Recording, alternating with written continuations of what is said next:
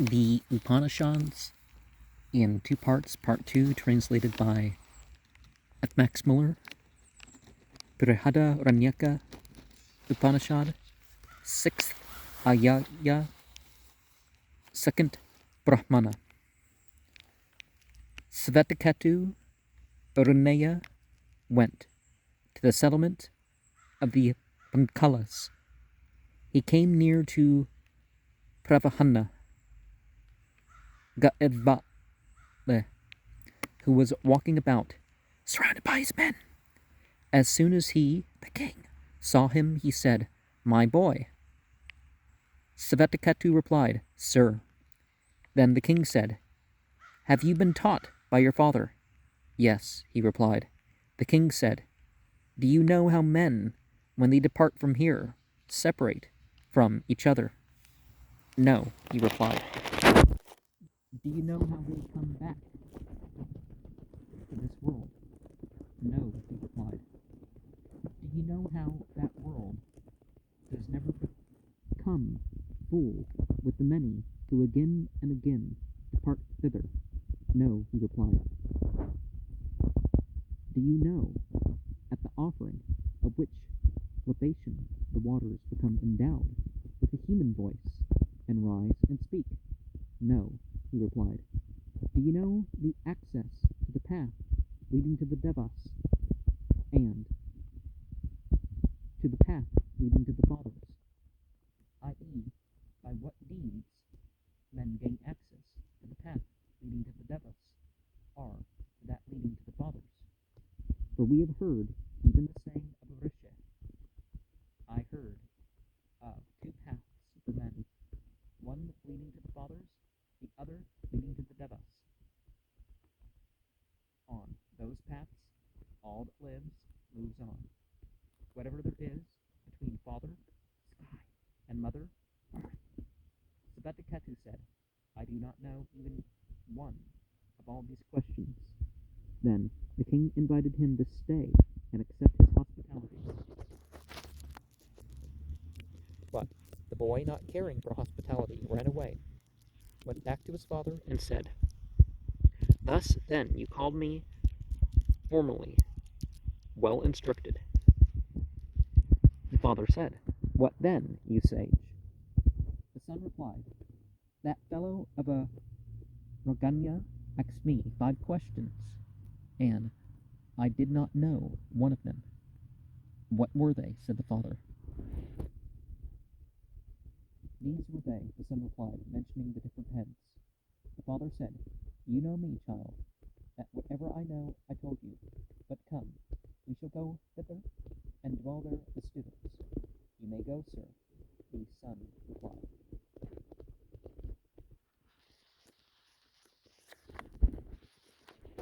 Then Gautama went where? The place of Pravahana Gaevale was, and the king offered him a seat, ordered water for him, and gave him the proper offerings. Then he said to him, "Sir, we offer a boon to Gautama." Gautama said, "That boon is promised to me. Tell me the same speech which you made in the presence of my boy." He said, "That belongs to divine boons. Name one of the human boons." He said, "You know well that I have plenty of gold, plenty of cows, horses, slaves, attendants, and apparel. Do not heap on me what I have already in plenty, in abundance, and superabundance." The king said, "Gautama, do you wish for instruction from me?" "In the proper way." Gautama replied, "I come to you as a pupil. In word only have former sages, to Brahmins, come as pupils, to people of lower rank. But Gautama actually dwelt as a pupil of Pravahana, who was a Rakanya, in order to obtain the fame of having respectfully served his master." The king said, "Do not be offended with us. Neither you nor your forefathers because this knowledge has before now never dwelt with any Brahmana. But I shall tell it to you, for who could refuse you when you speak thus? The altar, fire, O Gautama, is that world, heaven. The fuel is the sun itself. The smoke is rays. The light, the day. The coals, the quarters. The sparks, the intermediate quarters. On that altar, the devas offer the Sraddha libation, consisting of water. From that libation arises Soma, the king, the moon. The altar, O Gautama, is Parganya, the entity of rain. The fuel is the year itself, the smoke, the clouds, the light, the lightning, the coals, the thunderbolt, the sparks, the thunderings. On that altar, the devas offer Soma, the king, the moon. From that appellation rises rain. The altar, O Gautama, is this world. The fuel is the earth itself, the smoke, the fire, the light, the night, the coals, the moon, the sparks, the stars. On that altar, the devas offer rain. From that appellation rises food. The altar, O Gautama, is man. The fuel, the opened mouth. The smoke, the breath. The light, the tongue. The coals, the eye. The sparks, the ear. On that altar, the devas offer food. From that oblation rises seed. The altar, O Gautama, is woman. On that altar, the devas offer seed. From that oblation rises man. He lives so long as he lives, and then when he dies, they take him to the fire, the funeral pyre. And then the altar fire is indeed fire. The fuel, fuel. The smoke, smoke. The light, light. The coals, coals. The sparks, sparks. In that very altar fire, the devas offer man. And from that oblation, man rises, brilliant in color. Those who thus know this, even Grihasthas, and those who in the forest worship faith and the true, Brihadaranyaka, go to light, or kiss, from light to day, from day to the increasing half, from the increasing half to the 6 months, when the sun goes to the north, from those 6 months to the world of the devas, Devaloka, from the world of the devas to the sun, from the sun to the place of lightning. When they have thus reached the place of lightning, a spirit comes near them and leads them to the worlds of the conditioned Brahman. In these worlds of Brahman, they dwell exalted for ages. There is no returning for them. But they who conquer the worlds, future states, by means of sacrifice, charity, and austerity, go to smoke, from smoke to night, from night to the decreasing half of the moon, from the decreasing half of the moon to the 6 months when the sun goes to the south, from these months to the world of the fathers, from the world of the fathers to the moon. Having reached the moon, they become food. And then the devas feed on them there, as sacrificers feed on Soma, as it increases and decreases. But when this, the result of their good works on earth, ceases, they return again to that ether, from ether to the air, from the air to the rain, from the rain to the earth. And when they have reached the earth, they become food. They are offered again in the altar fire, which is man. See verse 11. And thence are born in the fire of woman. Thus, they rise up towards the worlds, and go the same round as before. Those, however, who know neither of these two paths become worms, birds, and creeping things. And so we see that this is all beyond cosmic maintenance rituals.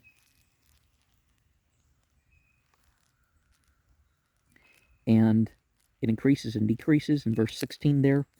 See note 4 on Khandogya Upanishad 5.10 and Deucen's Vedanta, page 393. Sankara guards against taking Apya Yasva Pakshiyasva as a mantra. A similar construction is Gayasva Mreyasva, the Khandogya Upanishad 5.10.8. In verse 15, lightning, a spirit, a person living in the Brahma world, set forth, created by Brahman, by the mind Sankara, hier ist nicht wie ein Mensch. Deucen, page 392. Now, we think of the Theosophists and groups that eventually sprung from that, like Ekankar, and they're talking about moon worlds and sun worlds and lightning worlds, and this is where this is coming from.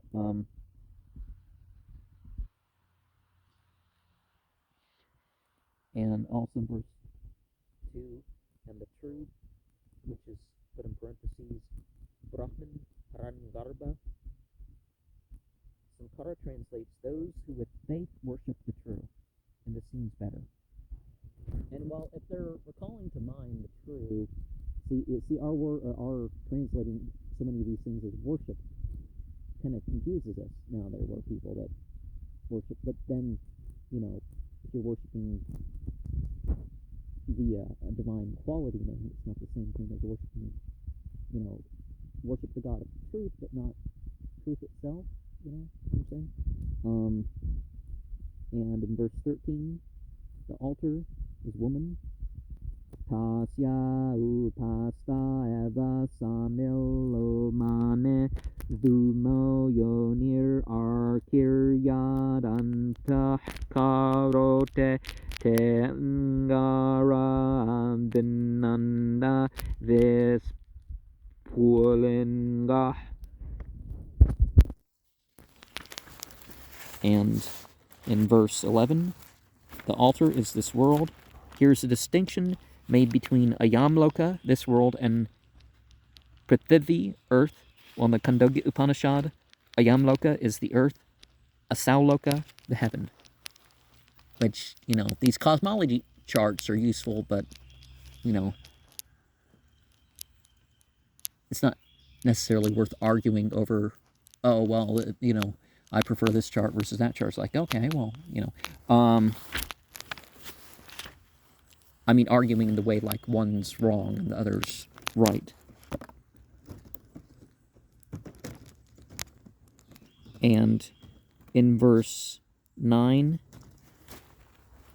the Shraddha libation consisting of water, Deucen translates in Diesem für Opfern die Götter den Glauben. And this world is the heaven, verse 9. See the Khandogya Upanishad 5.4. And a hypothetical translation in verse 1, never dwelt any Brahmana, which differs widely from Sankara. And in verse 7, respectively served as master, the commentator takes the opposite view. In times of distress, he says, former sages belonging to a higher caste have submitted to become teachers of a lower caste, not, however, in order to learn, but simply in order to live. Therefore, Gautama also becomes a pupil in name only, for it would be against all law to act otherwise. See Gautama, Dharma Sutras 7.1, edited Stensler, translated by Buller, page 209. Now, there's a difference between it's a role and it's your identity. But then again, if we talk about, well, the altars and the rituals, it becomes your identity. So, it depends on what side and that sort of thing. And I guess because that word sounds like something else. Also, don't heap on me. Abhyavadanya is explained as niggardly or unwillingly to give, and derived from Vadanya, liberal, and Avadanya, illiberal, and Abbe, towards. This, however, is an impossible form in Sanskrit. Vedanta Vedanya means liberal and stands for Avadanya, this being derived from Avadana, literally what is cut off, then a morsel, a gift. In Abhyavadanya, the original A reappears, so that Abhyavadanya means not stingy, but on the contrary, liberal, i.e., giving more than is required. Avadanya has never been met with in the sense of stingy. And, though a rule of Panini sanctions the formation of Abadanya, it does not say in what sense. Yavada, in the sense of cutting off, in addition, occurs in Satya 2.5.2.40. Avadanam karote, in the sense of making the present, occurs in the Maitreya Upanishad 6.33. And the second Brahmana, see the Khandogya Upanishad 5.3, Muir's original Sanskrit text, 1.433, Deussen Vedanta, page 390. The commentator treats this chapter as a supplement to explain the ways that lead to Pitraloka and the Devaloka. And in verse 1, Pravahanna Ga'evala, the manuscript IO 375 and 1973 give Ga'evala. Others, Ga'evala, he is a Kshatriya sage who appears also in the Khandogya Upanishad 1.8.1 as in silencing the Brahmanas. And the question, the same repeated in the Rower's edition, only substituting some Padyanta for Apadyanta. The manuscript IO 375 and 1973 do not support that.